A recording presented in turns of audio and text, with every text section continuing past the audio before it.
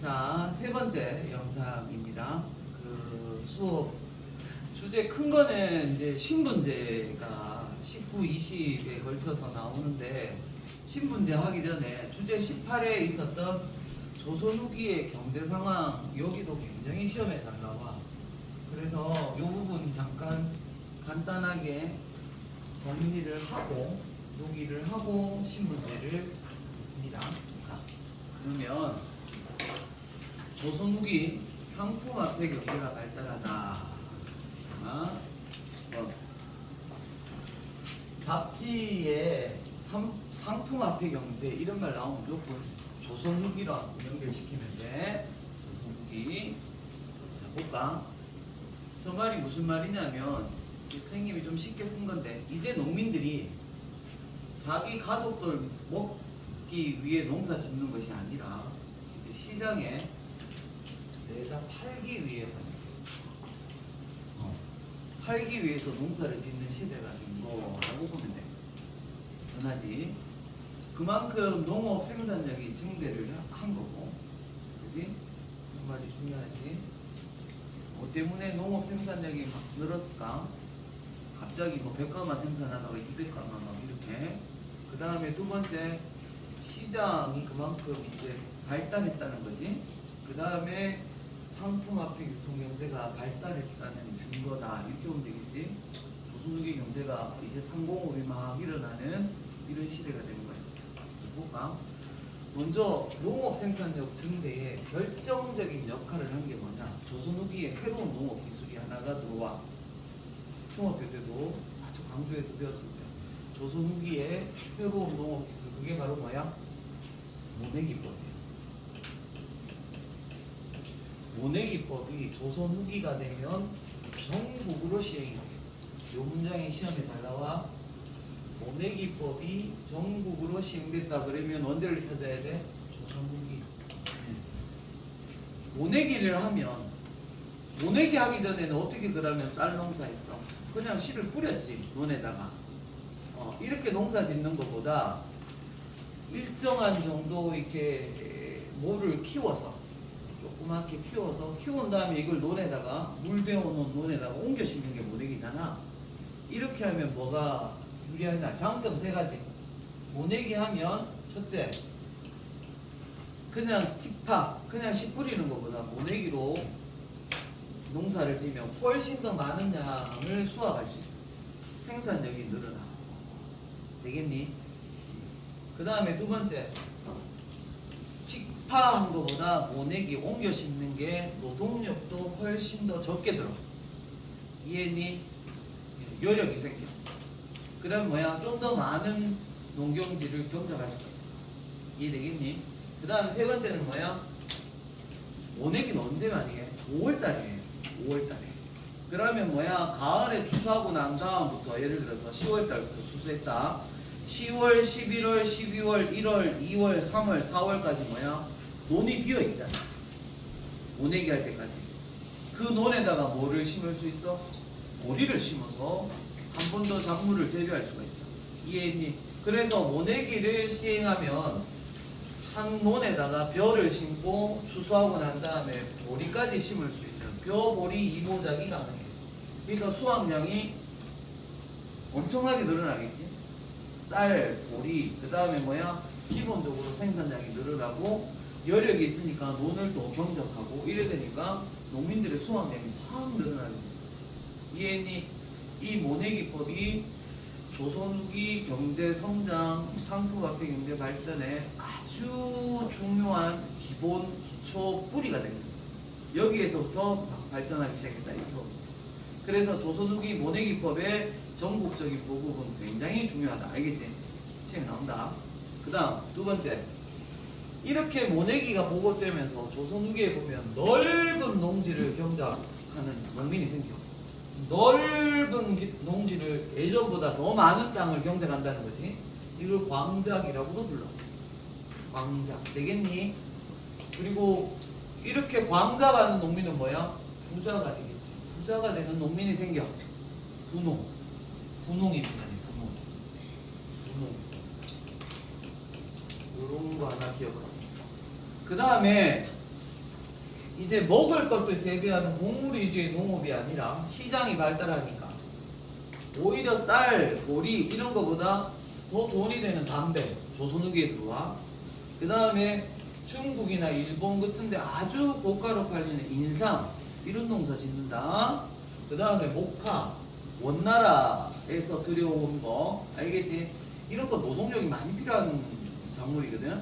근데 이제 농민들이 경영을 한다. 노동자들 고용해가지고 알겠어. 그래가 목화 농사 크게 해서 여기 나오는 실 가지고 이제 면직물 이렇게 발전시키는 거야. 채소 이런 것들. 그러니까 이거 곡물이 아니잖아. 먹으려고 하는 농사가 아니지. 맞지? 먹고 살기 위한 농사가 아니고 시장에서 좀 더 높은 가격에 판매되는 상품을 재배하기 시작하는 거야. 상품 작물의 재배가 유행한다. 할 때 담배, 인삼, 목화 되겠니? 그래서 담배, 인삼, 목화 이런 상품 작물 재배가 유행했다. 그러면 이거 역시 또 어디야? 조선 후기 이렇게 가야 돼. 되겠니? 그러고 시험에 답지로 잘 나오는 건데 이때 이런 상품화폐 경제 발달의 필수적인 요소가 뭐야? 이제 쌀 갖고 물물 교환하고 할 시기는 아니지?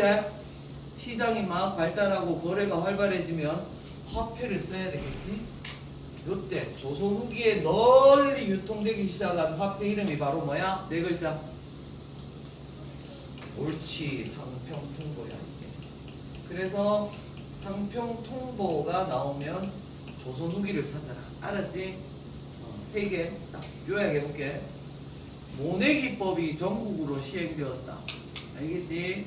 그 다음에 담배, 인삼, 목화와 같은 상품 작물 재배가 유행했다. 두 번째. 그 다음에 상평통보가 전국적으로 유통되었다. 이러면 언제 전부 다 조선 후기로 가면 돼. 되겠어? 일단 조선 후기 경제는 요 정도로 한번 정리하고, 요 정도는 항상 모의고사에 문제로 나올 수 있고 답지로도 나올 수 있는 주제들. 요런 내용들 나오면 조선 후기로 찾아 들어가면 돼. 알았지? 좋았어. 넘어갑니다. 다음 마지막 주제 신분제를 갈게. 신분제 딱 4개 정도, 5개 정도로 정리를 했어. 자, 요 빈칸에 뭐가 들어가야 될까? 신라, 통일신라까지. 신라의 독특한 신분제도 이름. 옳지. 담배하고 중학교 때 아주 강조한 골품이라는 제도가 있지. 골품제. 골품제 나오면 여기를 찾으면 된다. 연결시키면 돼. 골품제는 이렇게 태어나면서, 얘들아, 태어나면서 성골, 진골, 육두품, 오두품, 사두품, 삼두품, 이두품, 일두품 이렇게 결정이 나는 거야. 태어날 때 잘생기면 그게 아니고 아버지가 누구냐에 따라. 알겠나? 아버지가 높은 신분이면 그 신분 이어가는 거고. 내 말 이해되겠어? 요 순서, 요게 신분 순서야. 처음에는 여기서 왕을 했지. 여기가 왕족이잖아. 맞지? 얘들아, 답해봐. 우리 역사상 여왕이 등장하는 건 신라밖에 없지. 맞지? 신라의 여왕이 나온 이유가 뭐 때문이게? 골품제 때문에. 골품제에서 왕은 누가 해야 돼? 성골 출신만 왕이 될 수 있어. 근데 성골 출신에 남자가 없었던 거야. 여자만 있었어. 여자만. 내 말 이해되겠나? 그래서 성골 중에서 누구? 선덕여왕하고 진덕여왕이 왕이 될 수 있었던 거야. 이유는 성골이기 때문이야. 근데 이 두 분이 후손을 안 남겼어. 그러면 이 두 분이 돌아가시고 나면 어떻게 돼? 성골 자체가 없어지는 거잖아. 맞지? 그래서 요 두 분 다음에 이제 진골이, 그 다음 신분인 진골 중에서 임금님이 나와. 그 진골 중에 최초로 임금된 사람 이름이 누구게? 그 유명한 김춘추야. 알겠나? 그래서 진골 출신의 최초의 왕이 바로 김춘추가 되고 야가 바로 무열왕이고 알겠지? 요 뒤에 문무왕, 신문왕 이렇게 연결되지. 그러니까 요 뒤에부터는 다 진골들이 왕이 돼. 내 말 이해되겠어? 그럼 뭐야? 성골은 없어진다. 이렇게 없어진다. 내 말 이해되겠나? 나중에는 여기도 거의 사라져. 그래서 나중에 되면 신라 골품제는 요렇게만 남아. 진골, 육두품, 오두품, 사두품 요렇게만 남지. 신라 말의 육두품 유학자들 기억나나? 최치원, 최언희, 최승우 이런 사람들이 골품제 없애자하고 개혁을 요구했는데 안 받아들여져서 태조 왕건하고 손잡고 후백제의 견훤이랑 손잡고 뭐 이런 이야기 나오지? 그죠? 요렇게 연결하면 된다. 자, 두 번째. 하여튼 신라는 뭐야? 골품제. 골품제 나오면 신라와 통일신라의 신분제도 요렇게 연결하면 된다. 되겠어? 그리고 저 골품제에 나오는 단어가 뭐야? 성골, 진골, 육두품. 알겠지? 요렇게 하면 돼. 다음 왼쪽이 고려시대 신분제야. 뭐라고? 자, 요런 그림 선생님 좋아하지? 고려시대 신분제고 요게 뭐야? 조선의 신분제야. 조선의 신분제, 고려의 신분제를 넣은 거야. 자, 기본적으로 조선이나 고려나 둘 다 뭐야? 양인과 천민 요렇게 양인과 천민. 그래서 뭐야? 양천제라고 해. 양천제. 신분을 양인과 천민으로 구분한다. 되겠니? 이래 보면 되지. 여기는 자유민, 여기는 비자유민. 맞지? 양인은 뭐라고? 자유민. 자유로운 사람들. 여기는 비자유. 자유를 구속당한 비자유인들이라고 보면 되지. 되겠니? 자, 양인들 중에 뭐야? 양인들 중에 문, 무, 관리들. 알겠지? 관복 입고 조정에 나아가서 중요한 의사 결정하는 관리들이 들어간다. 알겠지? 조선도 마찬가지다. 문반, 무반 합치면 뭐야? 이거 줄이면 문, 무, 관리들이다. 맞지? 요래서 문반, 무반 합치니까 뭐가 돼? 요 두 개를 합치면 뭐가 돼? 요게 양반이 되는 거야. 되겠니? 반이 두 개잖아, 맞지? 그래서 양반. 양반이 최상층이지. 얘들은 뭐 하는 사람들? 공부하는 사람들. 그래서 뭐야? 국가의 관리가 돼서 정책 결정하고 국가 통치하는데 역할을 하는 사람들. 되겠지? 그 다음 요 밑에 중간계층. 고려는 중간계층이라고 부르고 조선은 뭐라고 불러? 중인이라고 불러. 이렇게 해서 중인이라고 부르면 알겠지? 조선이야. 여기에 보면 서리는 뭐야? 양반들 밑에서 그냥 글 쓰는 행정 실무 담당하는 하급 관리. 알겠지? 그러니까 여기는 행정 실무 담당하는 요즘 말로 하면 뭐야? 후급 공무원들 정도. 내 말 이해되겠니? 오케이. 그 다음 뭐야? 항리 뭐야? 지방 통치에 도움 주는 사람들. 수령 밑에서. 알겠지? 남반이라고 여기는 궁궐에서 숙직. 그 다음에 시중 드는 사람들. 알겠나? 내 말 이해되겠니? 그 다음에 군인들 중에 하급 장교. 고급 장교는 여기에 들어가지. 무반에 들어가지. 이해되겠니? 이런 사람들. 그 다음에 여기는 봐. 기술관. 얘들아, 조선시대 기술관 누가 있어? 대표적인 기술관. 의관. 얘들아, 조선시대는 의사 해봐야 뭐야? 양반 밑에야. 내보다 낮아. 알겠나? 학자들이 제일 뒤에고 그 밑에 의사 공부하는 아들. 알겠지? 얘들은 기술관이야. 기술관. 중인밖에 안 돼. 그 다음 뭐야? 통역하는 아들. 중국어, 일본어 잘하는 애들. 알겠지? 외교할 때 필요한 통역관, 역관.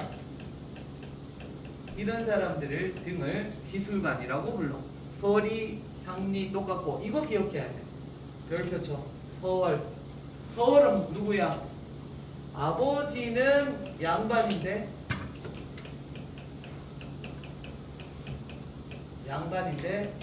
엄마가 뭐야? 옳지. 엄마가 첩인 사람. 홍길동이 홍길동. 알겠나? 되겠어? 그러고 이 서울은 야들아. 서울은 과거 시험에 문과 시험 원청 응시 못해. 차별받았어. 알겠나? 문방 관리가 못되는 거야.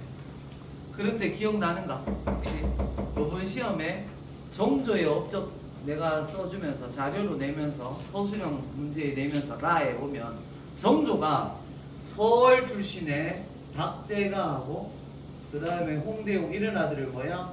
규장각의 문신, 문반으로 관리로 등용해서 이제 그 함께 일했던 거. 정조가 보면 서울한테 약간 열어준다, 알겠지? 이런 이야기들이 있어. 그 다음에 보통 백성들을 평민이라고 부른다. 알겠지? 농사 짓는 농민, 장사하는 상인, 수공업자. 그 다음에 이 사람들 기억해야 되지? 고려에 있는 이 사람들 있지? 향, 부곡소. 신분적으로는 자유민, 평민 안에 들어가지만 자유민이지만 뭐야? 양인이지만 뭐라고 써야 돼? 양인이지만 차별받았다.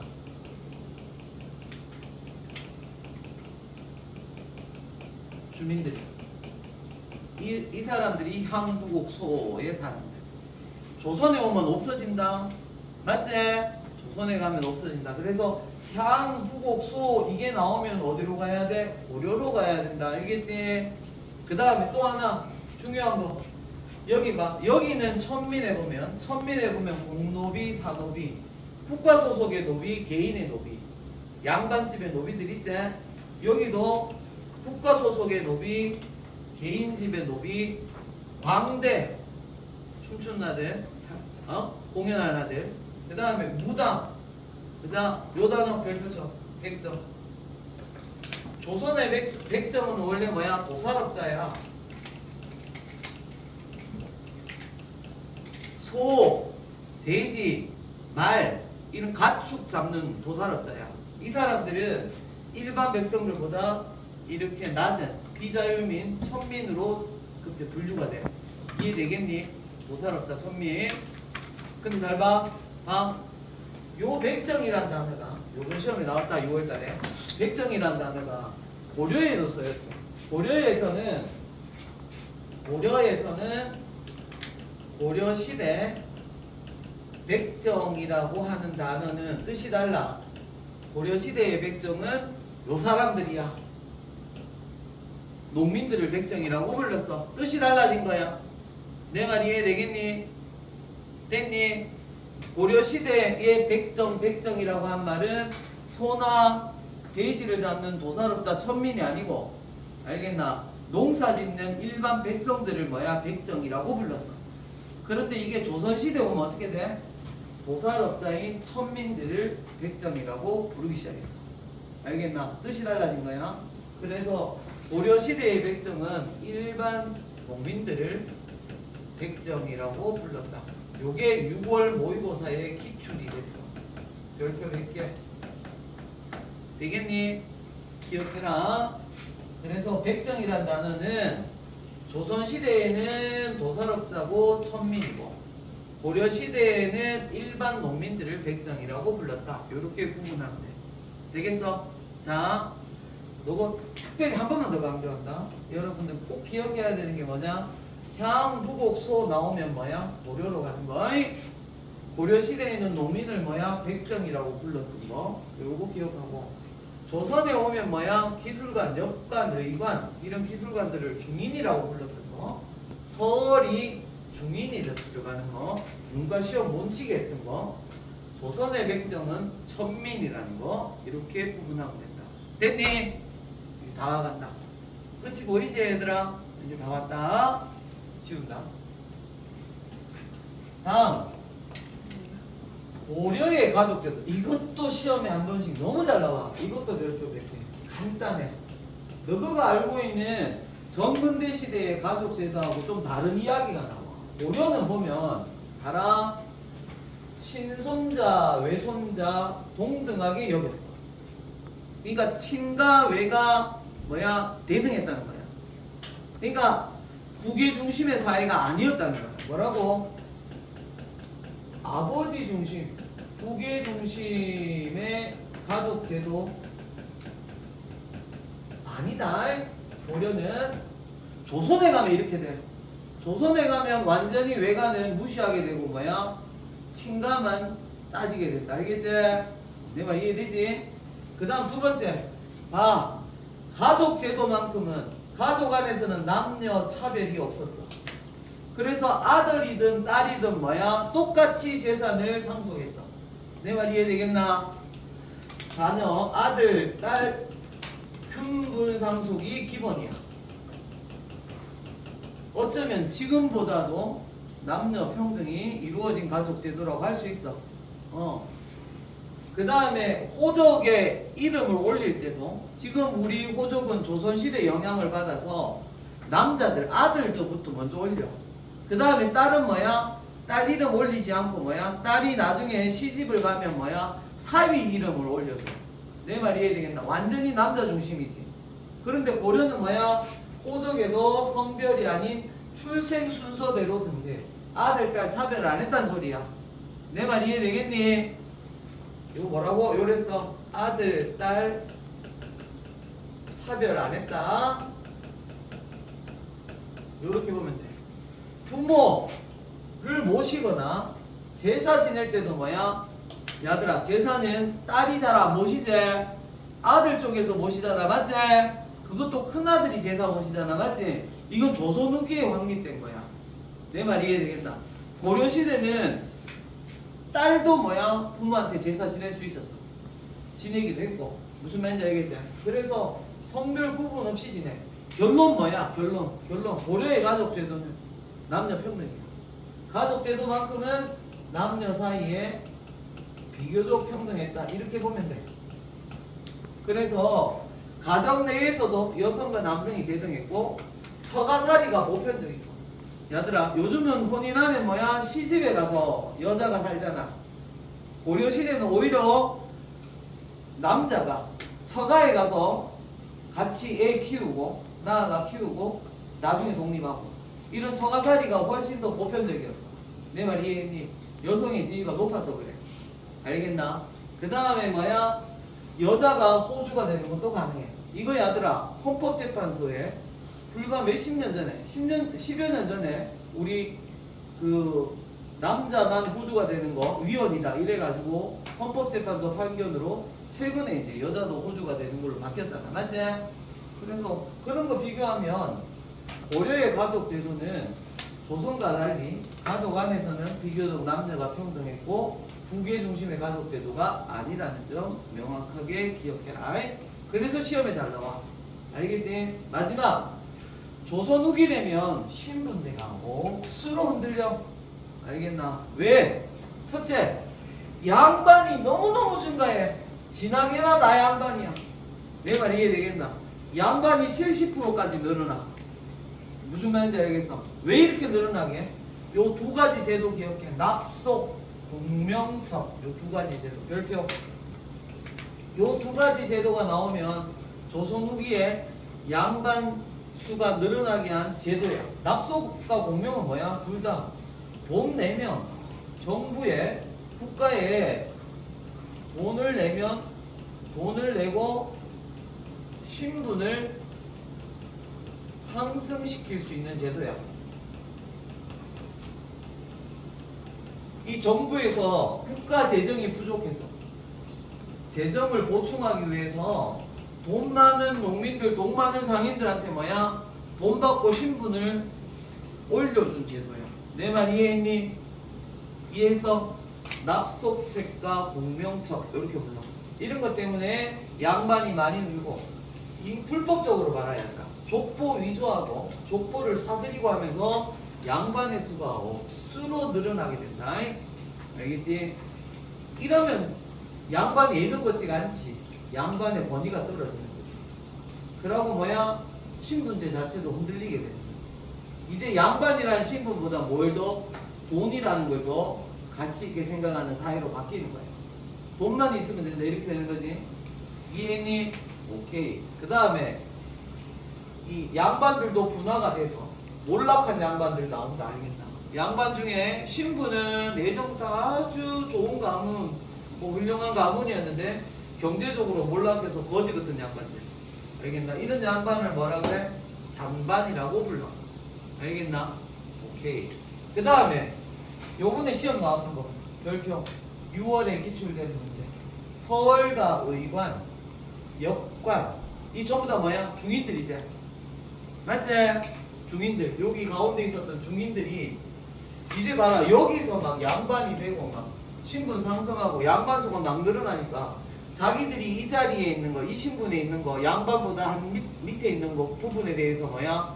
문제의식, 비판의식을 가진다. 그래서 뭐야? 통청운동. 통청운동이란 말은 뭐야? 양반처럼 양반과 같은 대우를 해다오.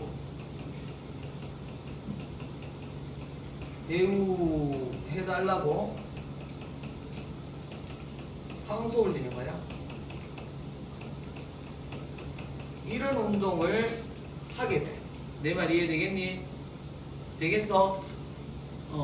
우리도 똑같이 뭐야? 국가의 일을 하고 아버지가 양반인데 문과 시험도 못 치게 하는 거 안 된다. 우리도 양반하고 똑같이 대우해다오. 국가의 일하는 관리니까. 이런 상소 올리는 운동. 요즘 말로 하면 뭐야? 탄원서 올리는 거야. 알겠나? 오케이? 그러고 순조 때 세도 정치 시작할 때 홍경래난 기억나나? 19세기 요때 국가에서는 6만 명이나 되는 공노비들, 국가 소속의 노비들을 전부 다 해방시켰어. 그러니까 노비 숫자도 줄어들어. 알겠나? 노비 해방시켜준 이유는 뭐게? 이러면 야들이 뭐가 돼? 공노비가 일반 백성이 뭐가 돼? 상민이 되겠지. 상민이 되면 뭐야? 얘들한테 뭘 거둘 수 있어? 세금을 거둘 수 있지. 맞지? 그래서 뭐야? 국가 재정을 좀 늘리려고. 국가 재정을 늘리기 위해서 양반이 너무 늘어나고 상민의 수는 적고 이러니까 뭐야? 국가에 세금이 안 들어오는 거야. 그래서 국가 재정을 늘리기 위해서 국가에서 풀이고 있는 공노비들을 전부 다 해방시켜서 뭐야? 일반 백성으로 만들어서 얘들한테 세금 받아서 국가 재정에 보충하려고 공노비를 해방시킨다. 공노비 해방 넣으면 순조 때다. 조선 후기다. 봐라. 여기도 중요하다. 여기 조선 후기에 양반이 승간다. 납속과 공명섭 이런 것 때문에 이런 불법적인 방법도 있고. 그 다음에 뭐야? 서울, 의관, 역관 등 중인들이 통청운동을 해서 양반과 같은 대우를 해달라고 막 요구한다. 그리고 공노비들이 순조 때 6만 명이나 다 해방이 된다. 이러면서 조선 후기는 신분제가 거의 무너져가고 흔들린다. 이거를 완전히 없앤 게 언제야? 1894년 바보개혁이다. 알겠지? 신분차별 없앤. 마지막 줄 1장. 조선 후기에 서민 문화가 굉장히 발달한다. 서민들의 경제력이 올라가니까 서민들이 즐길 수 있는 문화가 발달한다. 잘 나온다. 이것도 별표 몇 개? 서민 문화의 대표적인 거 박지로 너무너무 잘 나온다. 알겠지? 홍길동전과 같은 뭐야? 한글 소설이 유행한다. 어디로 가야 돼? 조선 후기로 가면 돼. 알겠지? 그 다음 뭐야? 판소리, 탈춤 등이 유행한다. 조선 후기로 가면 돼. 그 다음에 뭐야? 건강과 장수 등을 기원하는 민화. 작가가 누군지는 모르지만 호랑이 그림, 까치 그림, 물고기 그림 이거 전부 다 장수, 건강을 바라는 알겠나? 소박한 민중들의 감정을 담은 그 저자, 작자 미상의 그림들이다. 이런 민화가 유행한다. 이것도 조선 후기 문화다. 이래서 조선 후기는 서민 문화가 굉장히 발달한다. 이렇게 이야기한다. 되겠니? 여기까지가 주제 20까지. 이러면 다 끝나는 거다. 되겠지? 영상 3개 반드시 보고 반드시 공부해놔야 된다. 그래야지 6월에만 여기서 4문제가 나왔다. 4문제. 17에서 20에. 그러니까 다음 9월 모의고사에도 충분히 선언 문제는 나온다. 알겠지? 꼭 공부하고 마무리해서 한국사 1을 여기서 잘 정리하고 마무리하자. 꼭 하세요. 자, 여러분 안녕.